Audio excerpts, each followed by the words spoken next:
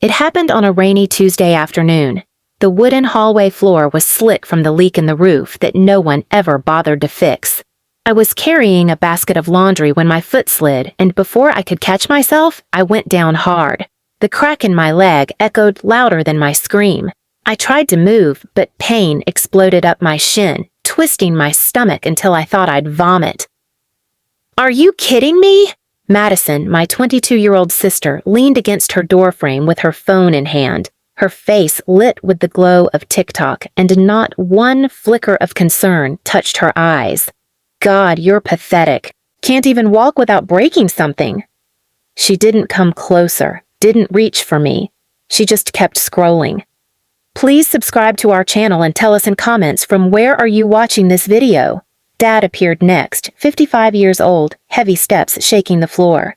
For 1 second, I thought maybe he'd help me. Instead, he smirked, tilted his head, and muttered, "Figures. Born useless, stays useless." He turned to Madison. "Don't call anyone. Let her deal with it. She's always looking for attention." Mom joined a minute later, wiping her hands on a towel, sighing like I'd ruined her day. "You got money for an ER bill?" she snapped. "No? Then stop crying, it's just a leg. Crawl to your room." I lay there gasping, tears blurring my vision. The pain was unbearable, but what cut deeper was the way they looked at me. Not as a daughter, not as family, but as dead weight. When the neighbor knocked later that night, hearing my cries through the wall, she shoved a pair of old crutches into my hands. "Keep these," she whispered. "At least you'll get around." Those crutches became my lifeline. Every wobbling step I took, I clung to them, but in my house, nothing was mine for long. A week later, Madison burst into my room, makeup half done, music blasting from her phone. She yanked the crutches out from under me, nearly knocking me over. "Perfect. I need props for my new TikTok dance," she said, twirling one like a baton. "Madison, I need those, please," I begged, clutching the bed frame to keep from falling. She posed with them in the mirror, smirking. "Relax, you don't need legs, you just sit there, I need content." Dad's voice rumbled from the hall, sharp as glass. "She's right, stop whining, she's making something of herself. What are you making?" "Nothing." He laughed as if it was the best punchline he'd ever delivered. Mom's addition was quieter but just as sharp. "At least Madison's videos make people happy. You just cost us money." I watched Madison walk away, both crutches under her arms, stomping like she was a soldier marching to war. But her war was just for likes. I was left crawling to the bathroom that night, nails scraping the wood floor, pain slicing with every movement. From the living room, I could hear Madison laughing into her phone camera, the sound of my stolen crutches clacking together like drumsticks for her performance. The comments from her video filtered back to me because she read them aloud, each one sharper than the last. "OMG, so creative." "Props are perfect." "Where'd you get the crutches?" Madison looked straight at me when she read that one and smirked. "From the cripple crawling in my house," she whispered just loud enough for me to hear. I curled up in my room that night, tears soaking the pillow, my leg throbbing under the weight of everything I couldn't escape. But underneath the pain, something else started burning. Something cold, sharp, alive.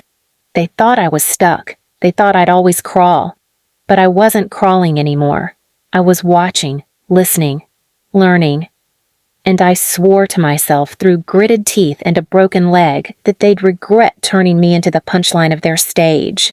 Days blurred together, but not because I was resting. Rest wasn't allowed in that house. With no crutches to move on, I crawled like an animal from my room to the bathroom, from the bathroom to the kitchen, dragging my swollen leg behind me. Every crawl was a reminder of what they had turned me into. Madison, meanwhile, grew brighter, louder, more unbearable. She filmed 3, sometimes 4, TikToks a day with my crutches.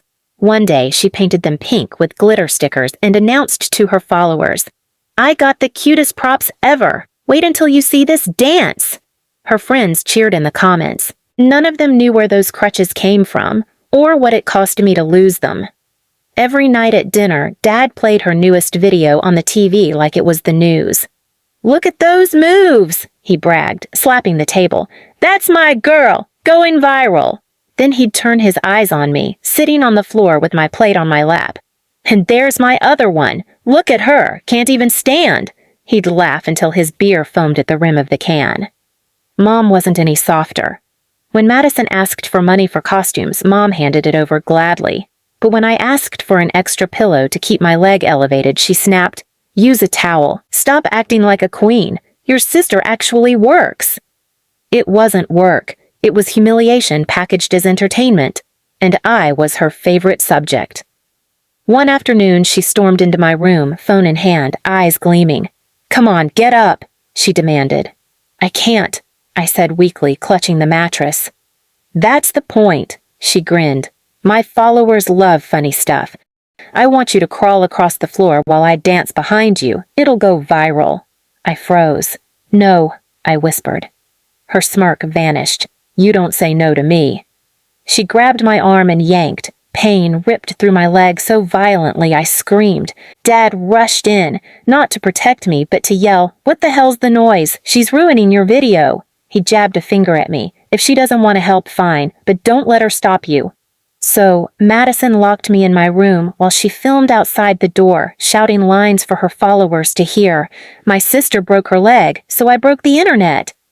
The laughter from her friends bled through the walls while I lay there, fists clenched, jaw tight, the taste of iron from biting my tongue too hard. That night, something inside me changed for good. I stared at the ceiling, replaying every cruel word, every laugh, every time my leg throbbed while my sister waved those crutches around like they belonged to her. I realized they weren't just humiliating me in private anymore. They were broadcasting it. They were branding me as their content. And I refused to let my suffering be entertainment. I began to observe, carefully, coldly. Madison always left her phone charging on her vanity, screen unlocked, apps open. Dad bragged about her stats to anyone who would listen, showing her feed like it was family honor. Mom texted her gossip friends links to Madison's dances, bragging about how famous her daughter was going to be. They were so obsessed with image that they forgot images could be flipped. While they slept, I crawled into Madison's room one night, heart pounding, and opened her phone. My hands shook, but I forced myself to focus. There they were. Drafts she hadn't posted yet. Clips of her sneering at me, mocking me. Dad's voice in the background telling me to crawl.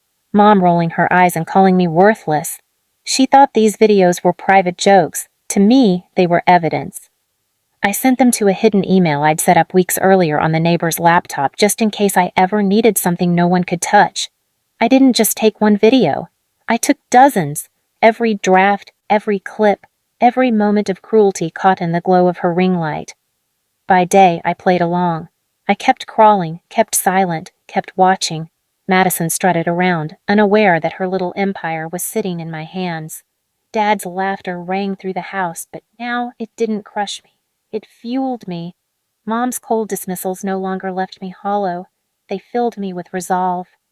They thought they'd erased me, but I was building something they couldn't see, couldn't control. And I knew exactly when I'd strike, on the night Madison planned her biggest live stream yet.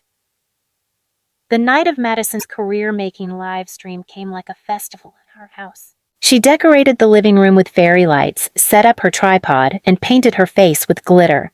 Dad cracked open a six-pack and declared it the night we go viral. Mom fluttered around like an assistant, making sure Madison's outfits were pressed and snacks were lined up for her friends. I sat in the corner, ignored, legs still wrapped in a brace, every nerve in my body pulsing. They didn't realize I'd been waiting for this. When Madison hit go live, her fake sweet voice filled the room. "Hey besties, tonight is special. We're breaking records." Thousands tuned in within minutes. The comments poured in. "Slay Queen. Use the crutches again." She winked and lifted them like magic wands. But then, her phone screen glitched. Because I made it. I had uploaded every unposted draft from her account, cued them to autoplay through her own livestream. Suddenly, instead of her dance, the viewers saw Madison's smirk from an old draft. "She needs content, you don't need legs." My broken voice whimpered in the background. The chat went wild. WTF? Is she making fun of her sister? This is disgusting. Before Madison could cut it, another clip rolled, Dad's voice yelling, "Crawl if you have to, that's all you're good for." He laughed while I struggled to move on the floor. The audience heard every word. Then Mom's turn. "At least Madison makes people happy. You just cost us money." Her cold face filled the frame. The comments flipped in an instant. "Monsters. Cancel her. This is abuse. I can't watch this."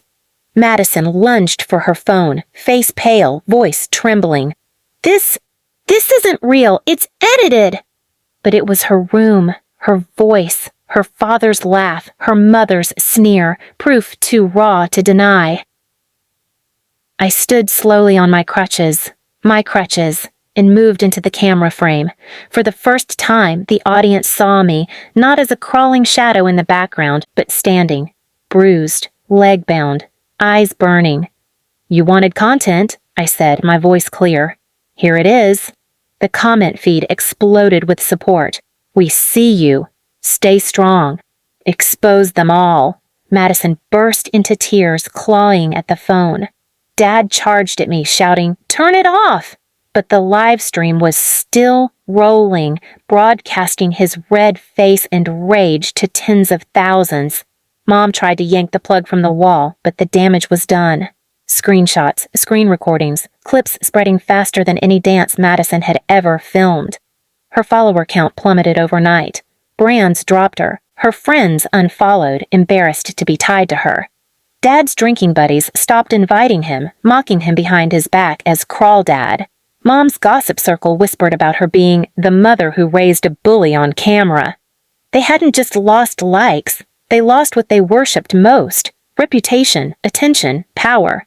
I didn't gloat, I didn't scream, I just turned and left the frame with my crutches, my dignity, and my silence. That night, while the three of them scrambled to delete, explain, and deny, I lay in bed for the first time with a calm chest. They had built their empire on humiliating me, and I had burned it down with their own matches. They said I didn't need legs, but I stood anyway, and when I stood, their world fell. Please subscribe to our channel and tell us in comments from where are you watching this video.